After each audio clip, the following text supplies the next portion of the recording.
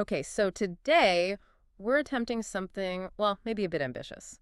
We're looking at the huge intellectual world of Hans Bethe. A giant of 20th century physics, absolutely. And we're trying to use this one specific conceptual lens, motion theory, to see if we can pull out the common threads in how he saw the universe working, especially when things get intense, when motion gets aggressive. Yeah, it's a fascinating approach. Think about where he did his work. The quiet labs in Göttingen, chalk dust everywhere. Right, pre-war Germany. Then the complete opposite, Los Alamos, middle of the war, high desert wind, mapping out shock waves. Intense pressure, literally and figuratively. And then decades later, the relatively calm hallways of Cornell, still digging into the atom. Different settings, but you're saying there's a common question.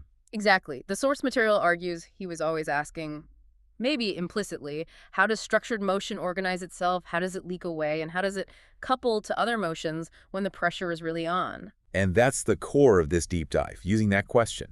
Mm. Our source material uses this motion theory MT framework. It gives us a specific vocabulary. Okay. So we're not just listing his famous discoveries, star power, stopping power, shocks, renormalization.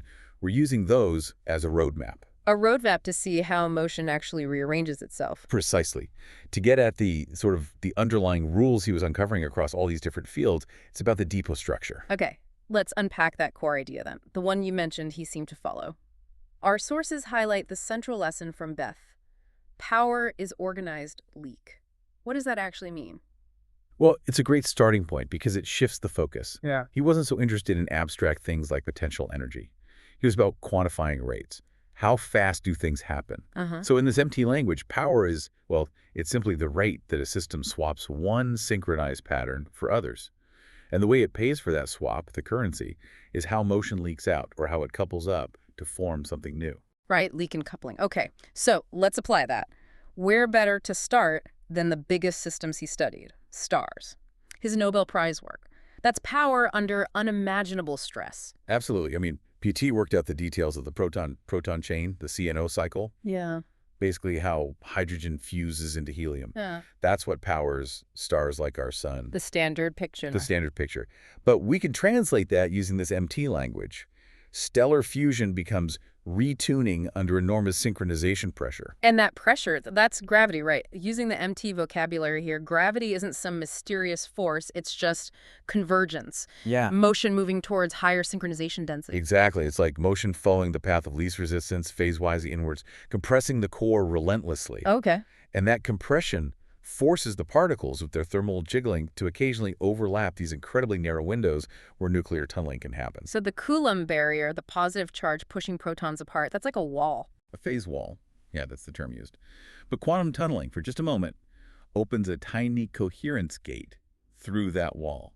Allowing protons to briefly share a pattern. Share a bound pattern, just long enough to decay into deuterium. That's the first step. So that steep temperature dependence Bethe calculated is that basically describing how sensitive that coherence gate is, how much it widens as the core heats up. That's exactly it. That steepness is the measure of how easily that phase wall gets breached when the particle bath gets hotter, gets more energetic. Wow. Okay. Which leads to this really powerful insight from the MT perspective, summed up in the quote, "Stars don't burn fuel. They retune motion through narrow gates. Energy generation is a phase-gated flow." Retuning motion. It's amazing he applied similar thinking from the birth of stars down to, the interaction of a single particle, right? Let's shift from creation to dissolution, loss. Yeah. If fusion is organizing power, what about when structure is just lost, like a fast particle hitting something? Right. This brings us to his earlier work, around 1930. Stopping power. The famous Bethe-Bloch formula. That's the one describing how a fast-charged particle, like an alpha particle or a proton, loses energy as it goes through matter, mostly by knocking electrons around, right? Exactly, electronic excitations. And the formula itself. Energy loss per distance. It depends on the particle's charge squared, inversely on its velocity squared. And then there's that complicated log term. What's the MT take on that? Okay, think of the incoming particle as this little packet of organized motion. As it travels, it's basically injecting phase into a sea of oscillators. It's losing its own structure by making the local electrons jiggle. And the particle's mass in this MT view is its resistance to that. resistance to being retuned. Yeah, essentially how hard it is to change its pattern, its rhythm. The particle is like a tiny bell ringing, right? Okay. And it loses energy fastest. Its Yeah. ringing gets damped most effectively, where the material, the bath it's moving through, has available modes, available ways to oscillate that match the frequency of the particle's disturbance. Ah, so that log term in the equation. That log term is basically counting the available states. It's tracking the spectrum of those local resonators, like plasma oscillations or bound electrons that are ready and able to absorb the energy to resonate with the incoming particle. It really is like an accounting system then, a ledger. Perfectly put, Wow. which leads to the quote, "Stopping power is a ledger. Fast order pays into slow order." And if it's a ledger, could you, in theory, design a material to, like, close certain accounts, to suppress certain ways of losing energy? That's a key prediction we can circle back to, definitely. And just to finish the thought on stopping power, the Bragg peak. Yeah, where the particle dumps most of its energy right at the very end of its track. That's the final dump. That's where the particle's remaining organized motion, its structure just completely collapses into the local thermal modes. The ledger is closed. Fast order paying into slow order. Okay, now let's scale up again, but differently. His wartime work, Los Alamos, totally different problem. Yeah, not single particles, but controlling massive, chaotic motion. Hydrodynamics, shocks, implosion. Right. His work on equations of state, the Bethe curves. It was all about making the unpredictable predictable, turning chaos into timing diagrams. Essentially, yes.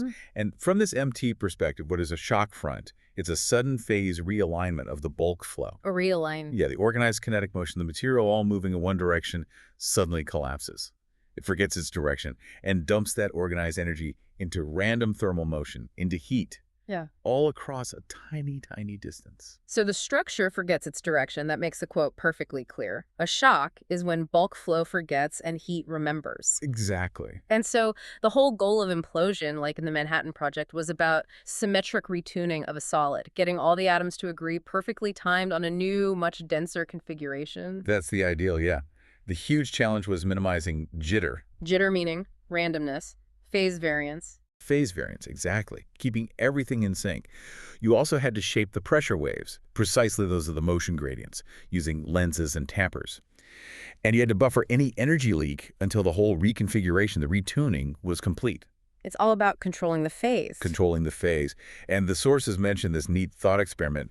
Imagine trying to implode a sphere of water using sound waves. An acoustic implosion. Yeah.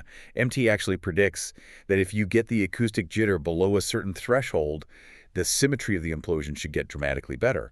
But go above that threshold and it falls apart quickly. That threshold being the synchronization turning point. The synchronization density turning point, yeah. Yeah. Sharp transition. It's just incredible. The same core ideas, synchronization, retuning, leak, applying to stars, particles, and explosions. But he went even deeper, didn't he? To the quantum vacuum itself. He did. This brings us to 1947 and the Lamb shift. Ah, the tiny energy difference between two levels in the hydrogen atom that weren't supposed to be different according to older theories. Right. Babe made this calculation, famously on a train ride, estimating the shift. And it was a huge moment because it showed clearly that vacuum fluctuations retune levels. The vacuum wasn't empty or inert. And this led to renormalization, dealing with those infinities that plagued quantum electrodynamics. Exactly. Renormalization was the mathematical toolkit to handle those infinities, to subtract them out in a consistent way and get finite, measurable predictions, like the Lamb shift. So translating that to MT in atom's identity, which is basically its spectrum of allowed energy levels, its allowed motions, that identity actually depends on its environment, on the bath of the quantum vacuum. That's the idea. The vacuum has its own permitted fluctuation modes, and these interact with the atom, like a constant background noise, slightly shifting its allowed rhythms, its spectrum. The vacuum is adding phase noise. Precisely. And renormalization in this view is the sort of disciplined accounting that separates the unseeable baseline, the part you absorb, into your definitions of mass and charge from the observable retuning, the actual physical shift you can measure. Which leads to the quote, the Lamb shift. The vacuum edits your spectrum, so measure the edit. Couldn't say it better. It's about the measurable difference. Okay, let's jump back to the cosmic scale one last time. Core collapse supernovae. Another area Bethe influenced, especially the idea of neutrino-driven explosions. Right. So when a massive star's core collapses, the MT description is global desynchronization. All that structure falls inward, creating massive leakage. And the explosion mechanism, the standard picture involves a stalled shock wave, right? It stops expanding. It stalls, yeah, but then it gets re-energized by neutrino heating. This immense flood of neutrinos streams out from the core. So the MT read on that. The neutrino bath becomes the phase transfer bus. It's carrying organized motion, albeit subtly, from the incredibly dense core back out to the stalled shock. It pumps order back in. And the explosion finally happens when When the coherence window aligns, basically when the rate of energy transferred by the neutrinos, the heating, manages to overcome the energy losses from the shock. When heating beats loss. And that interpretation, does it give us something testable? It does. It suggests that the next time we get detailed data from a nearby supernova, we should look for phase structure in the neutrino signal. Meaning? A subtle, maybe weak, but frequency-coherent modulation in the arrival times or energies of the neutrinos. Something that's potentially linked to the hydrodynamic churning, the sloshing modes happening behind the shock. That would be like catching the phase transfer bus in the act. Exactly. Connecting the microphysics of neutrino interactions to the huge macroscopic explosion. A direct test. Amazing. Okay, one final piece of his work, maybe the most mathematically intricate, the Bethe ansatz, from way back in 1931. His solution to the 1D Heisenberg spin chain, yeah, highly theoretical, seems abstract. But in this MT framework, it represents something fundamental, like perfect control. You could say that. The Bethe ansatz finds an exact solution for this complex, interacting system. It's one of those incredibly rare cases where the intricate motion allows for an exact phase ledger.